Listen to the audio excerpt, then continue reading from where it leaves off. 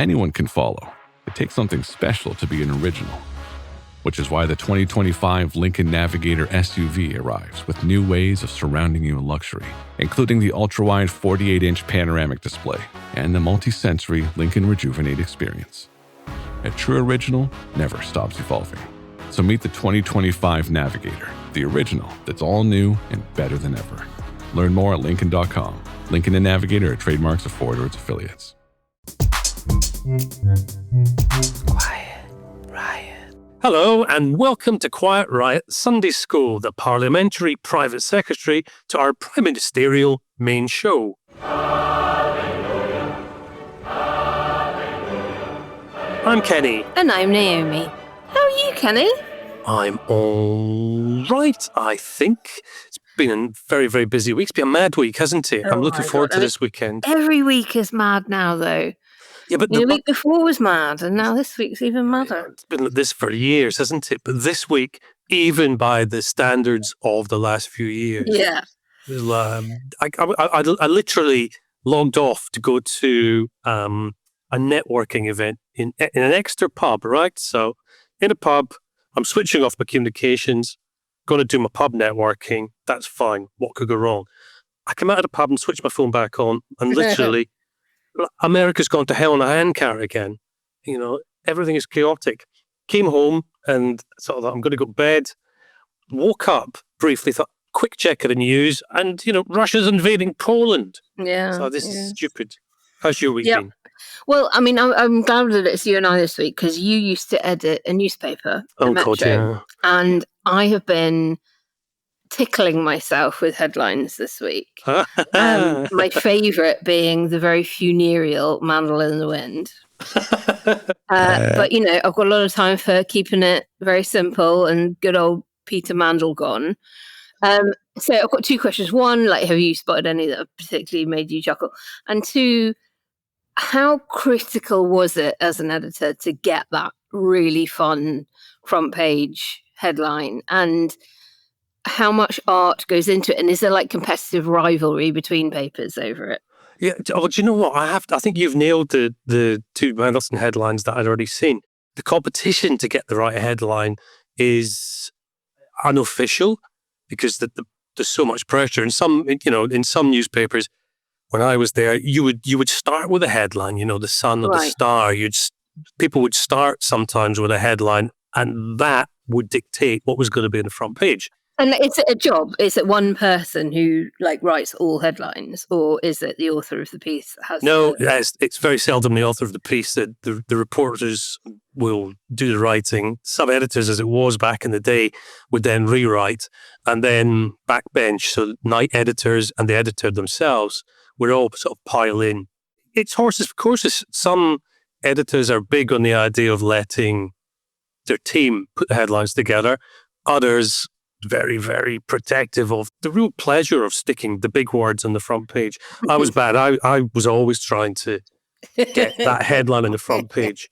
Any that you're particularly proud of from your tenure? There's a couple, but one of them is about one of our guests. So I'm not going to reveal that one. Never will that person speak to me again. If you want to take a guess, send it in to quietriotpod@gmail.com. And now, every gorgeous person tuning in, please do go and sign up at ko-fi.com/quietriotpod if you can, to help us grow the show. Reminder, supporters get access to our Discord channel, our live editorial, and Ask Us Anything shows, and a whole load of other stuff too. And what it does is it helps us to keep producing the show for those who cannot afford to pay. And it keeps Alex in lemon-infused olives. It keeps Alex in lemon olive infusion. I've got this image of him in a bath. Oh no, eye bleach. Which reminds me in a twisted way that I've got to pin you and Alex down for a date for both our editorial meeting and our next Ask Us Anything session, because we're due to hold them in the next couple of weeks or so. So, what are we going to pick over today from a very busy menu, Naomi? I think obviously we can't avoid the Kirk assassination and the continued fallout over the Prince of Darkness' latest sacking. And I suppose we should have a look, because we're political types where things stand with Labour's deputy leadership race. That all sounds good to me, so long as we can inject levity into those, I think, all three depressing topics with a little bit of Wokeydokey and Grin And Share It. I thought you'd never ask. Let's crack on. Quiet, riot. We were having quite the somber chat with Liam Byrne on the main show this week and didn't want to puncture the conversation with too much frivolity. So, making a very rare weekend appearance, it is now time for Wokeydokey. Wokeydokey.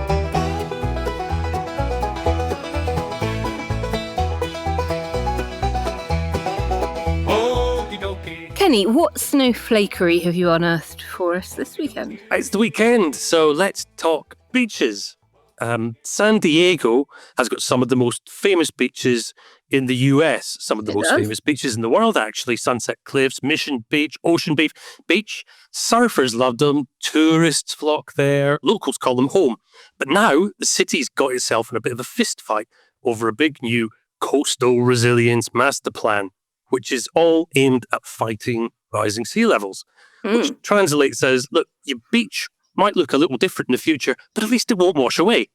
So the gist of what's going on is that they're suggesting narrower roads to control traffic, more bike lanes, more walking trails. They're talking about making people pay for some of the parking. Not surprisingly in America, that's driven people absolutely apeshit. And they want to swap old school concrete seawalls for more nature-based fixes like sand dunes and plants and living shorelines, as they're called, which help to stop erosion but also help wildlife as well. Now, not surprisingly, environmentalists are totally into it, man. Dunes, berms, bike paths, the whole shebang. What's a berm?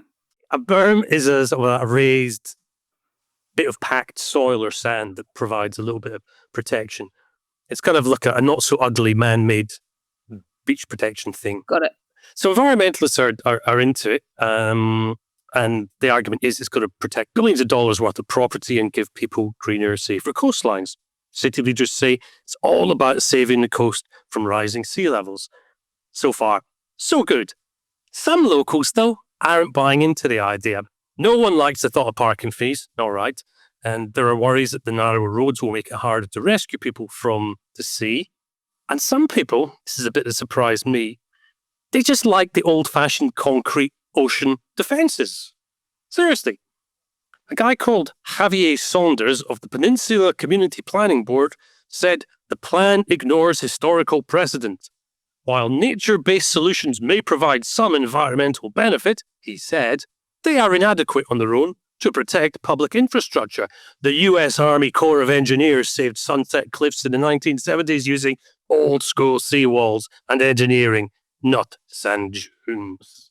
If we want old military-grade concrete on the beaches, they could go the whole hog and just stick pillboxes and razor wires on them.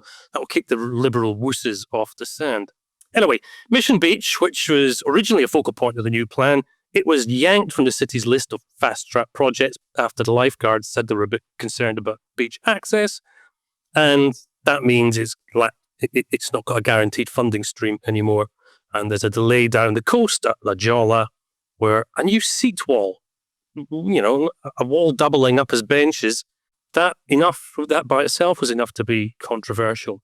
And Scott McCaskill from the Ocean Beach Community Foundation blasted the plan at a public meeting. He said, "This is not about protecting the coast, it's about pushing a political agenda." Which means in California, home of the hippie and the surfer dude, there are people who now believe that beach defences have been politicised by wishy-washy liberals. In Trump's America, sand dunes are now woke. Ain't life a beach? It's just so depressing. I mean, this is a state that has been ravaged by wildfire. Yeah. Inland is going to be threatened by rising sea levels on its western coast. And their answer is that anything that might deter these occurrences is woke. Yeah. And it's one to throw out to our listeners as well. I thought they were kind of leaning that way of the world. No, there's always an angry person, though. And there's something that it's one to throw out to the listeners, I think, is that humans, actually probably most animals, but as a species, we're really bad at dealing with change. We hate anything changing. We're locked into the idea of what is familiar and what we know. And, but it is changing. Yeah, there's nothing we can do about that. It is changing. And this is about preserving some kind of status quo. Yeah. By putting in mitigation and flood defences and fire breaks and, scars on the landscape for sure, but better than no landscape or submerged. Submerged, exactly. And what really struck me was the idea that some people were saying, look, we like the brutalist 1970s approach to protecting our beaches, just pile concrete on there and big old blocks. We're happy with that. We trust it. We're familiar with it. Yeah. Don't be going airy-fairy with us. So, yeah. Well, I'll wait till their beaches wash away. They have to go to Mexico. Yeah. Good luck with that, America. Well, thank you, Kenny. And of course, listeners, we will be bringing Wokeydokey back on the main show on Thursday. Quiet riot. Less than a fortnight ago, Starmer announced his government reset. What followed involved not one, but two high-profile scandals, which has kept him in the headlines for all the wrong reasons, right up until the moment Parliament goes back into recess for a month of party conferences, which will inevitably leave Nigel Farage's daily press conferences to fill the void. Oh, joy. Now, Peter Mandelson, veteran Labour grandee and, until recently, the UK's ambassador to Washington, was abruptly sacked after a cache of emails revealed that he had maintained supportive and toe-curlingly fawning correspondence with Jeffrey Epstein, even post-conviction for paedophilia.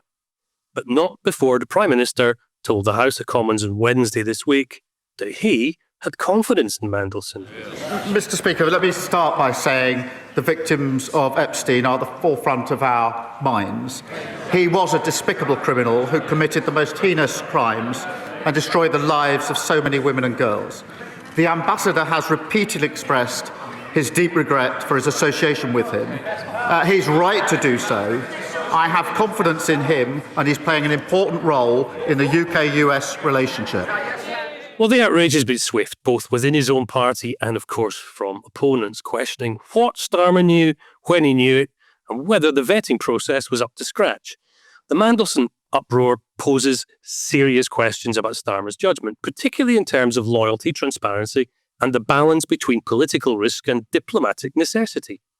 Sacking him just days before a state visit from Donald Trump, especially considering Mandelson's earlier defence and Starmer's initial support, looks very much like damage control in motion.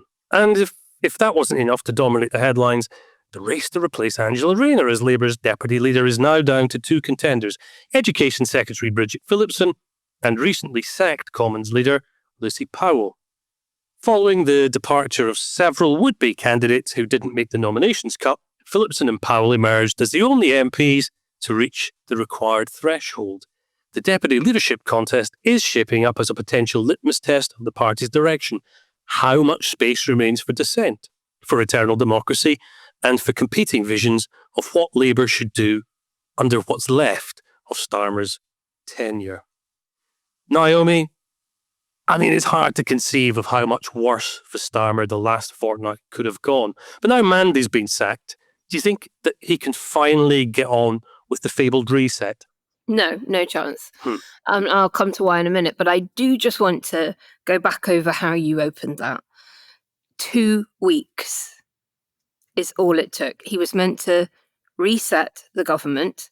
This was an acknowledgement that everything was going disastrously for them, that they were falling further and further down in the polls. They've got a massive election year coming up, and within a fortnight that should have been dominated by that reset, by them controlling the news agenda, getting the country behind and excited about the things that they've been doing that are genuinely good, he has had to deal with the resignation of Angela Rayner and the sacking of Peter Mandelson, both of which have rocked the party hard and will have only sought to further dampen their public ratings.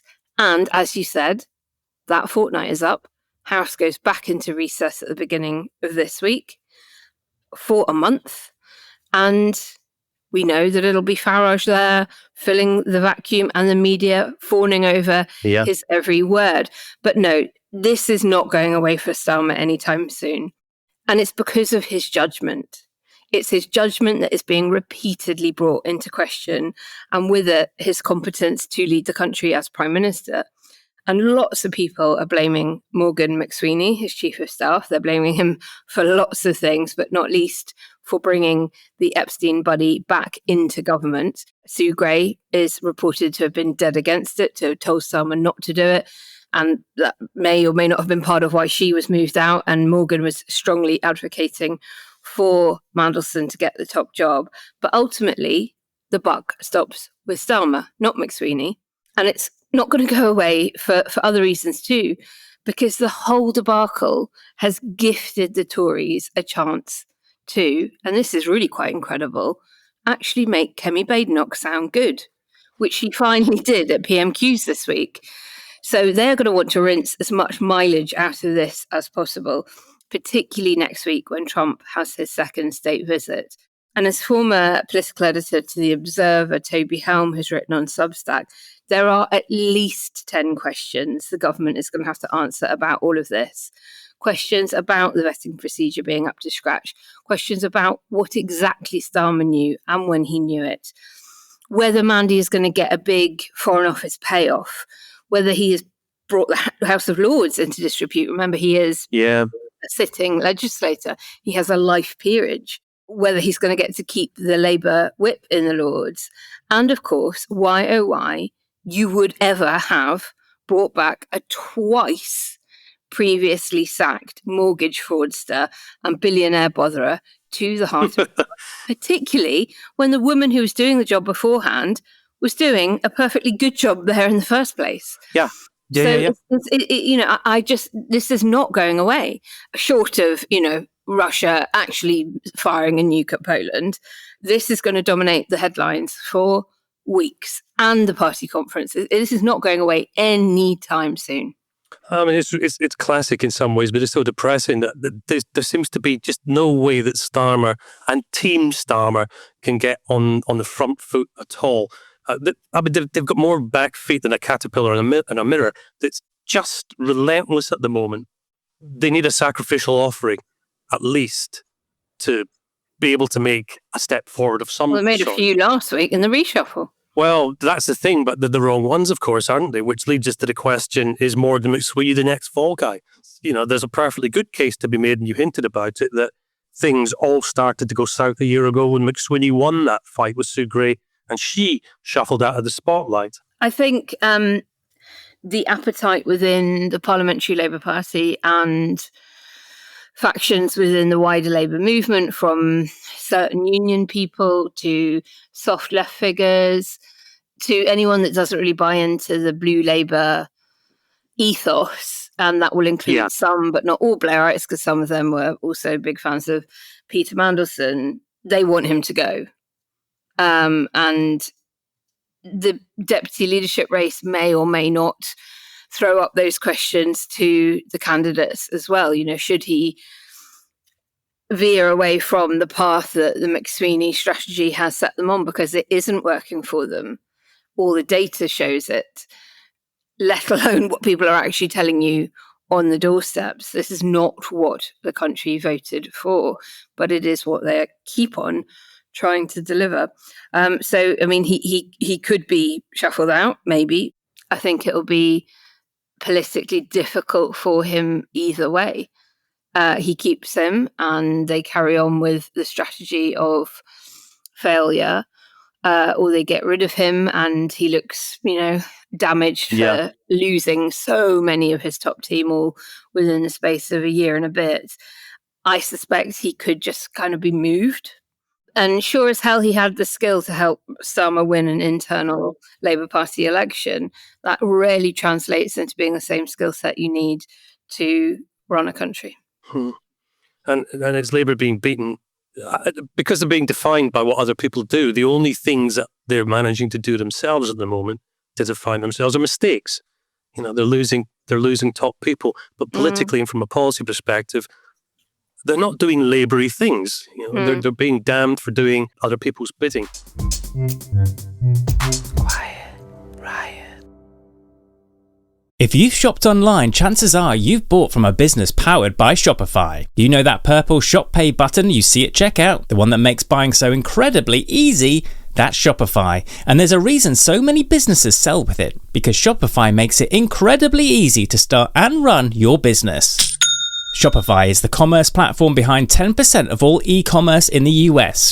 Sign up for your $1 per month trial and start selling today at shopify.com/promo. Go to shopify.com/promo. Quiet Riot. Dissent in the back benches is growing, not surprisingly, and with a huge majority, that's always a real risk. And there's a lot of MPs now briefing anonymously against the machine, and the words we're starting to see in the press on the websites are shambles or get a grip. Panic has set in. And I've read in more than one place, the buck should stop with McSweeney.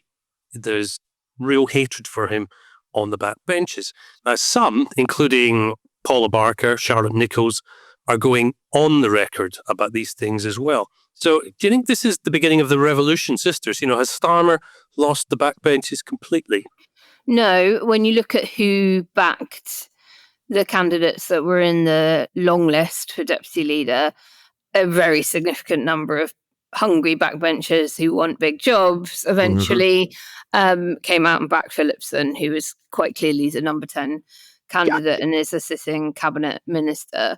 So no, not completely. But as you say, when you've got a majority of 200 and 400 odd MPs, it is extremely difficult for you not to have some caucusing amongst those who are getting annoyed. And we are seeing now more moderate, soft left voices entering the criticism of the current strategy. I mean, obviously the more left-wing ones have been doing it for a while, particularly over issues like welfare, not lifting the 2-child benefit cap, etc. Yeah.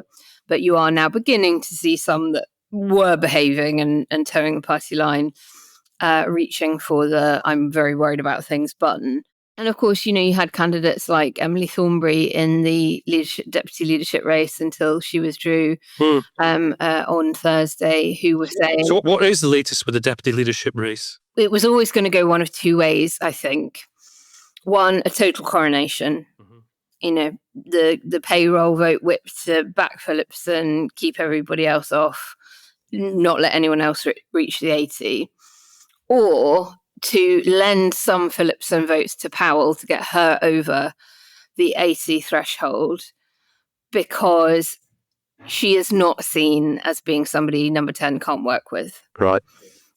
She was, unceremoniously dethroned last week from her role as leader of the Commons, but until that moment, she'd been a member of the top team. She was, towing the party line on everything, often doing the broadcast rounds, not doing a terrible job as leader of the Commons. And so I think that the judgment was, all right, rather than have a coronation, which will lead us to have allegations of stitch up and stamping down on democratic debate within the party, we'll allow a contest, but it will be an extremely polite one. Yeah. I cannot see Bridget Phillipson and Lucy Powell going ding-dong at each other in a hustings. Now, that's not to say that the unions and the membership won't do their level best to try and drive wedge issues between them. Things like Gaza, things like welfare, maybe even, Morgan McSweeney himself. Yeah. These probably will be questions that get put to them to try and find points of difference. But I think this was the most elegant way through that number 10 could think of, which was, okay, we'll let a race happen, but we'll make sure it isn't a bloodbath kind of race. Right. And in terms of horse trading, it doesn't strike me that there's very much that one side could offer to supporters of t'other side to bring them over. The divisions that you highlighted there sound like they're going to be the defining issues. And I don't get the impression that we're going to be sitting up at 4:30 in the morning going, crikey, I wonder how this result's going to go. famous last words, can you? You never know.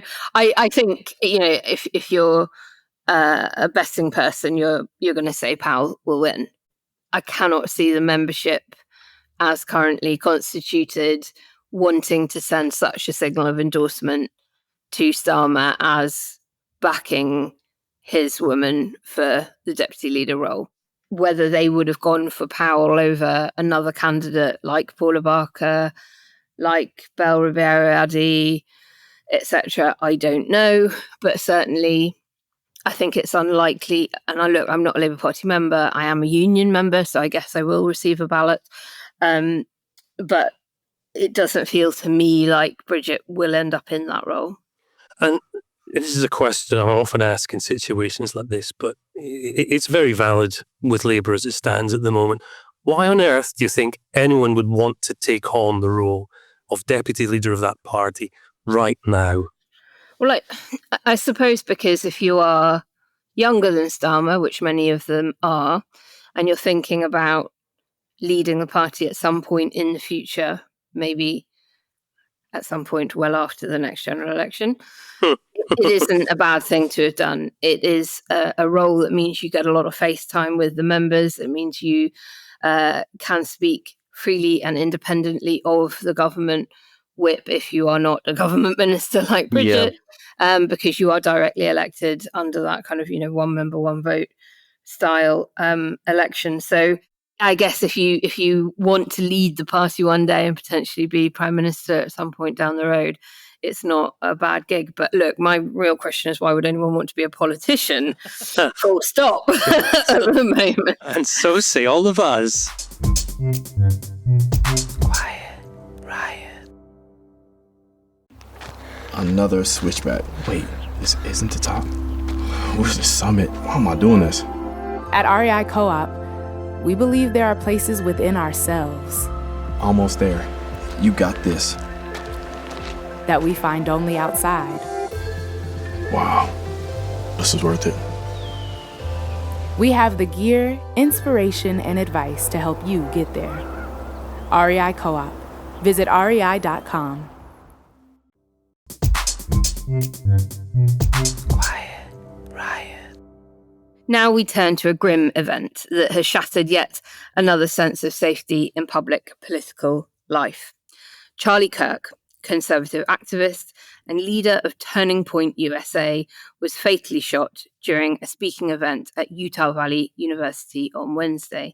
He was taking questions in a prove me wrong style discussion, including one about gun violence, when he was hit by a single sniper shot from behind. Here he is a couple of years ago, giving his views on gun violence. I think it's worth to have a cost of, unfortunately, some gun deaths every single year, so that we can have the Second Amendment to protect our other God-given rights. That is a prudent deal. It is rational. Nobody talks like this. They live in a complete alternate universe. Sure. So then how do you reduce? Very simple. People say, oh, Charlie, how do you stop school shootings? How do we stop shootings at baseball games? Because we have armed guards outside of baseball games. That's why. The shooting has been widely interpreted as a political assassination. And at the time of recording, the FBI has announced that they do now have a suspect in custody, and they believe he was turned in by his father. The responses have been sharply divided, mirroring America's ever-widening political fault lines. On the right, Kirk has already been elevated to martyr status. Leading figures accuse liberals and the political left of demonizing conservative speech and stoking violence through rhetoric. Some are calling it a watershed moment in escalating political violence. On the left, and among others, there is universal condemnation of the violence, deep sadness, but also caution. Warnings that inflammatory rhetoric has consequences, and concern that this act could radicalize further divisions. Perhaps hardest to understand is why another school shooting that occurred in the very same week has not drawn nearly as much attention. At Evergreen High School outside Denver, Colorado, student Desmond Holley opened fire with a revolver, wounding 2 classmates before turning the gun on himself. The shooter reportedly had been radicalized by an extremist network, though details remain murky. Kenny, How much did you know about Charlie Kirk before this week? Because many people my age have been saying they hadn't really heard of him, but that their teenage children most definitely had through TikTok. Yeah, I mean, there's a huge generational divide, but what surprised me wasn't so much that. There are plenty of influences like him, though Kirk was at the top of the game. But my partner, Bex, she knew about him. She's on Reels and TikTok a lot more than I am. And it's indicative of how people are engaged, that she didn't know that he'd been killed till the morning after. So I knew before I went to sleep that night that it was all kicking off over there. There's knowledge about Kirk and admiration, I'm picking my words carefully, because he was very charismatic. Whether you agreed or disagreed with the content he was putting out there, he was able to engage with people. And I think, it's important for those of us on the centre left to remember that both these things can be true. It is possible to recognise that he had an ability and was very successful at what he did, but the messages that he was putting out there, just horrible, some of them. Absolutely horrible. Absolutely abhorrent. Trump has said that the killer should face the death penalty. Do we know what the state of Utah law is on regards to capital punishment? Well, it's a real risk, and that's before you take the political element into it.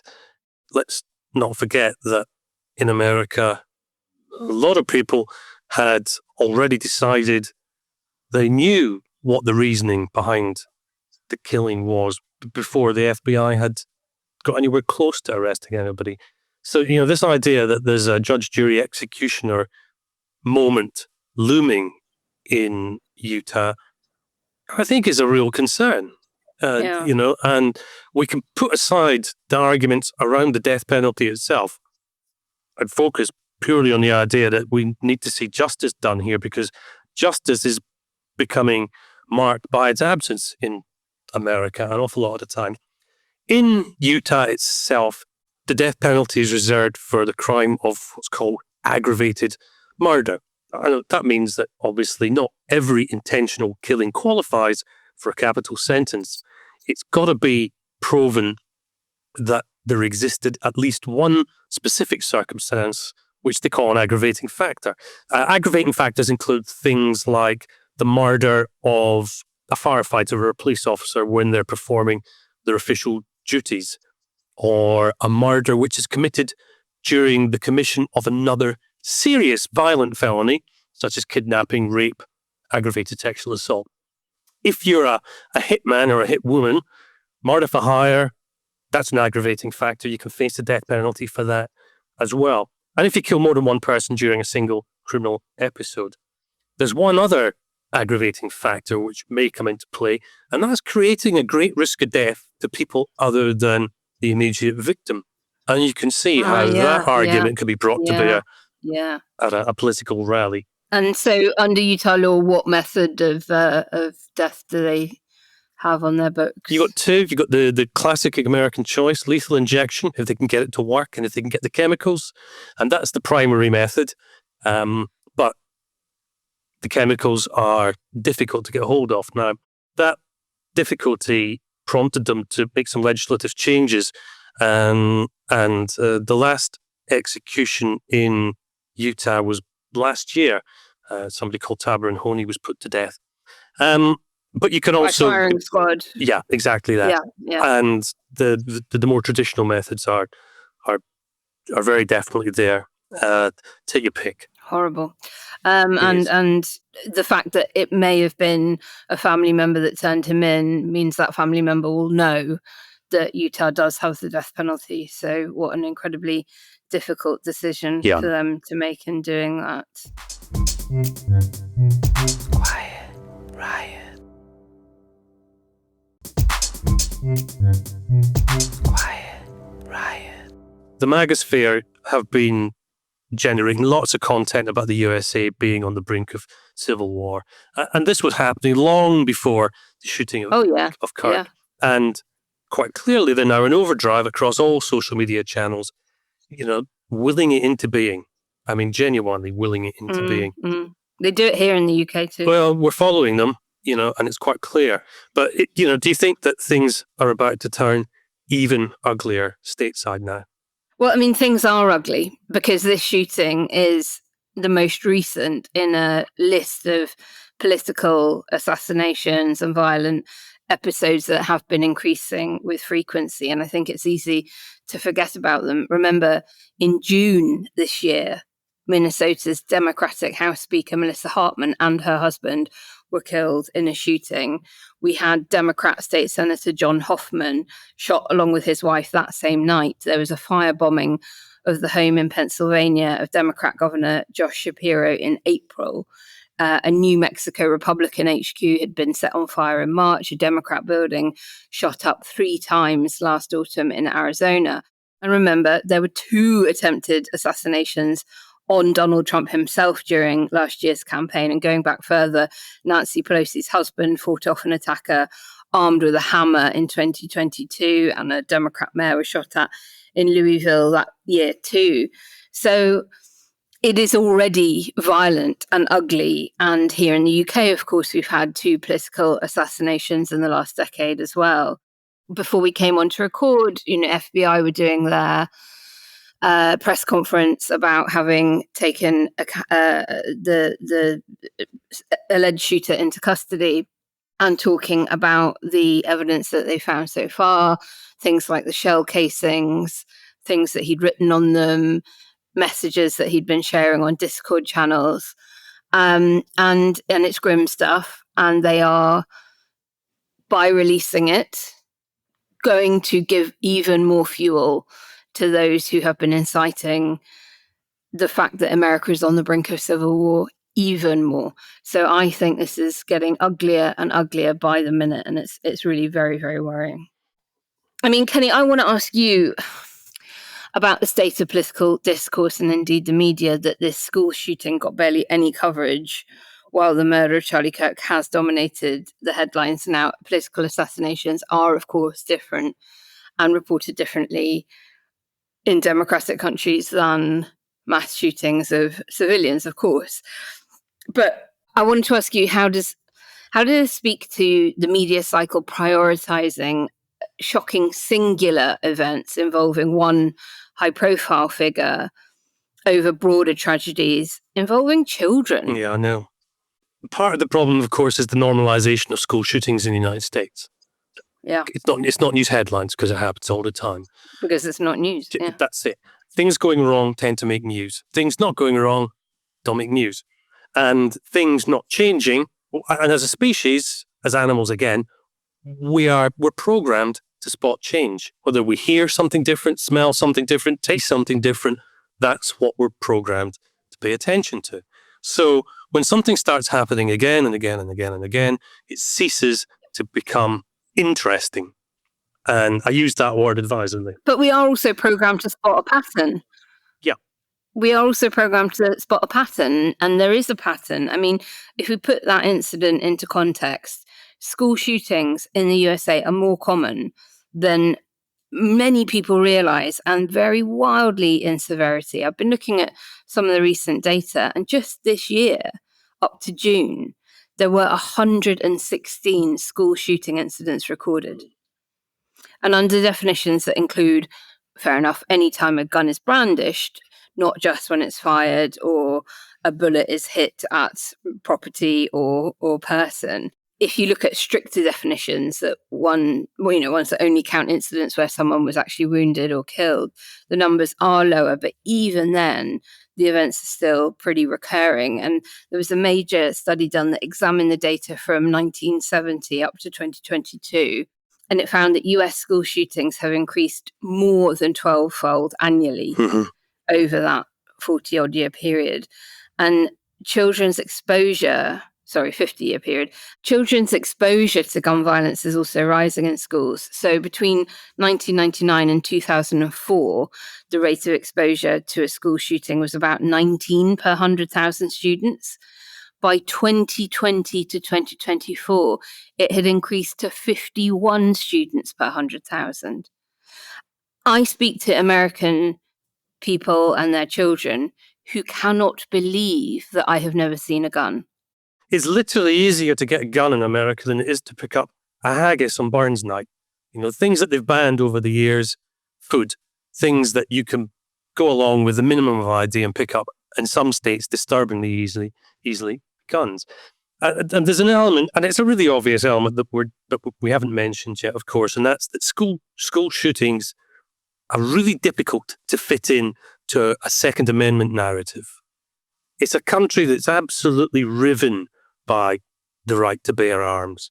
And kids taking guns to school and shooting each other is a really difficult position to defend. And if you're the NRA, you know fine well that there isn't much to be had from wading in to that sort of debate. The moment it's politicized and the moment you can do what Trump did, which is point fingers at the other side before you know what's happened, the moment you can weaponize Boris something... Johnson did that too. Yeah, well, that's the thing. And the media falls into that trap regularly. In fact, they don't fall into it. They're part of it. Well, were you surprised by the level of coverage we had here in the UK? Yeah, I was. I wasn't surprised that there was a lot of coverage because the imagery that came out was so shocking. We don't always get to see the bloody results of what happens when somebody turns a gun on another human being. But this time, a lot of people were taken by surprise. They're clicking, there's been a shooting, we'll click on and we'll see what it's all about. And my goodness me, we just watched somebody die right in front of our eyes.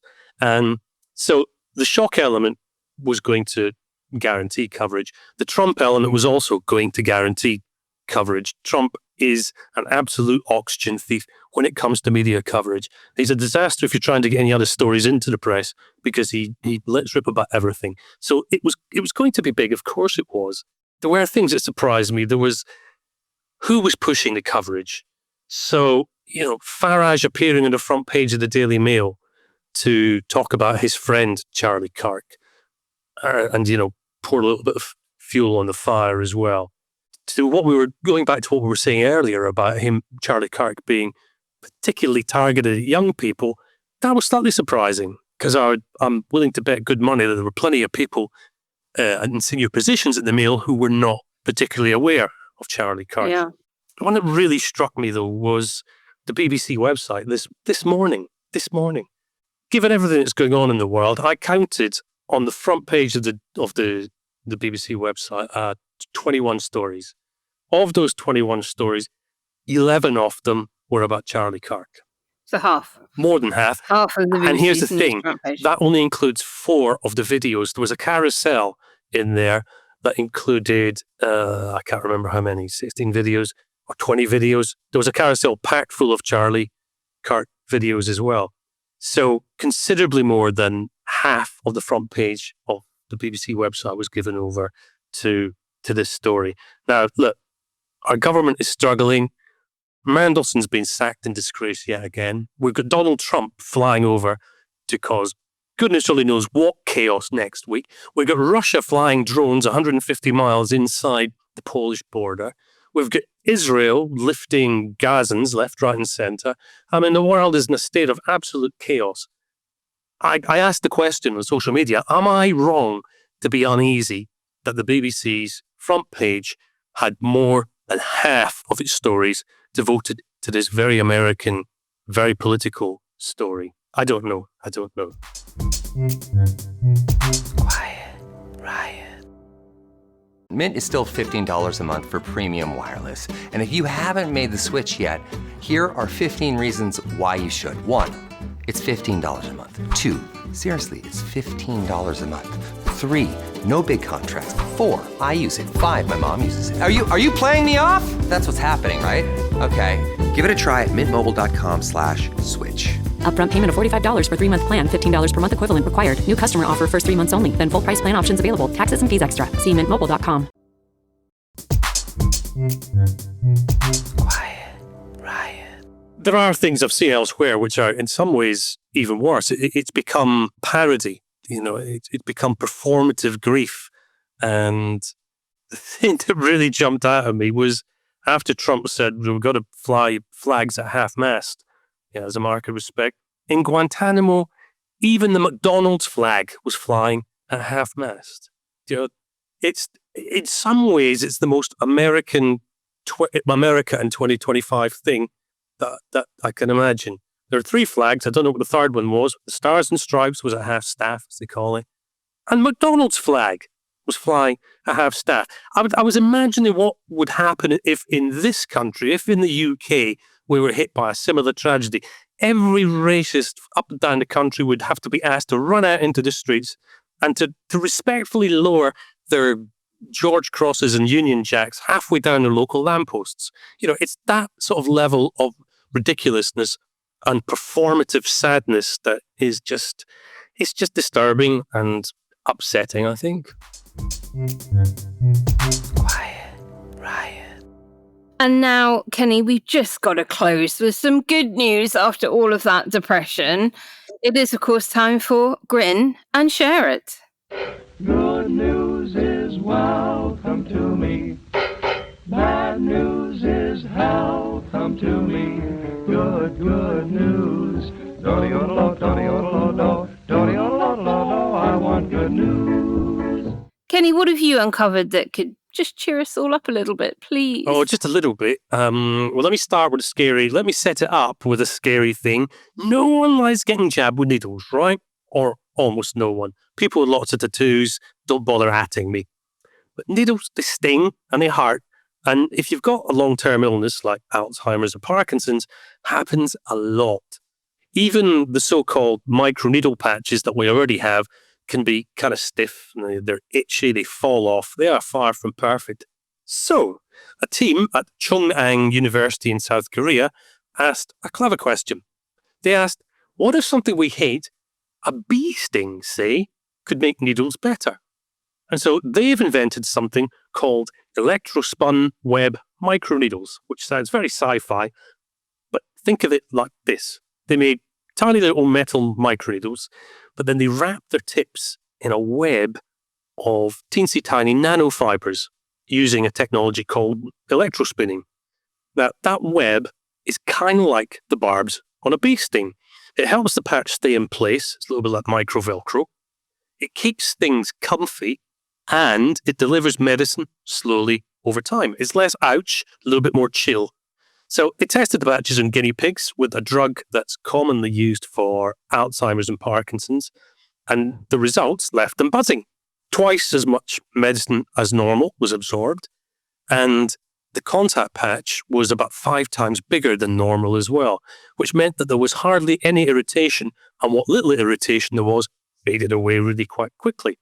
So far, so good. But there is a sting in the tail, because the technology at this point has only been tested on guinea pigs, quite literally, not people. So it's a sweet idea, but we're not quite ready to swap needles for stingers just yet. But as we political geeks say, stings can only get better. Very good. Okay, Naomi, that's my piece of medical joy. What have you got that's had you reaching for the repost button? Well, it would be remiss of me not to mention the sentencing of former dictator Jair Bolsonaro to 27 years in jail. 27 years and 3 months. Yeah. I posted that I thought the 3 months was a particularly nice touch. For plotting a military coup in Brazil. And 4 of the 5 judges convicted him. 1 didn't. And their name was, get this, Luis Fox, F-U-X. Fox said there was absolutely no proof, quote unquote, to convict him. She had absolutely no fucks to give about the plot and alleged assassination attempt of his rivals. But because it's the weekend, I thought I'd go with a booze-related story instead. It's not one about being drunk as a skunk, but tipsy as a trash panda. Ooh. Yes, you heard that right, Kenny. A Kentucky raccoon has been rescued after being found drunker than a Johnson at a lockdown party. It had been a normal day on the job for Nurse Combs, arriving at the Letcher County Health Department just next door to the Kentucky Mist Moonshine Distillery. Plot twist. And the distillery had discarded some fermented peaches in a dumpster, And looking inside, she found 2 juvenile raccoons completely trolleyed and completely stuck. So she got a shovel and extracted one of the 2 babies easily enough, but the second was kind of lying in a pool of the booze that was probably flammable by that point and was unconscious, dead drunk as a skunk. But unfortunately for the tipsy trash panda, Combs provided another round, and this time CPR. She said it had drowned. It was full of liquid. You could feel it. So immediately I just started doing CPR. The entire time I was afraid it would come to and eat me up. And as raccoons carry rabies, I was afraid. If I found a raccoon behaving oddly, I would 100% assume it was rabid and run for my life. But no, this brave nurse and her nursing instincts kicked in. So at first she began patting it on its back, and then she flipped it over and began administering chest compressions. And apparently raccoon rib cages are quite malleable. Okay. And they've got little tiny hearts. Always good to know. So she actually only needed one hand to do it. And then incredibly, the plastered Procyon recovered and was carted off with animal control to sober up at the local vet. She went back to work, but had the honour of releasing the animal once it had recovered, who she and her colleagues had named Otis Campbell for the infamous Andy Griffith Show character. And back into the forest behind the health centre days later to reunite it with its family and presumably attend the next raccoon AA meeting. I love raccoons. I mean, they're menaces. They're so curious, and I wouldn't mix with a raccoon at all. No, same. But that's brought me joy. I'm going to be telling that story in the pub all weekend. Listeners, you'll find links to all these stories in the show notes so that you too can not just grin, but also share it. Go on, spread the joy. You know you want to. Quiet Riot. Okay, that's the end of the show, folks. And while we've been on air, I've managed to pin down a date for our next editorial meeting for all our supporters. It will be on the 25th of September, 6:30 to 7:30 p.m.-ish.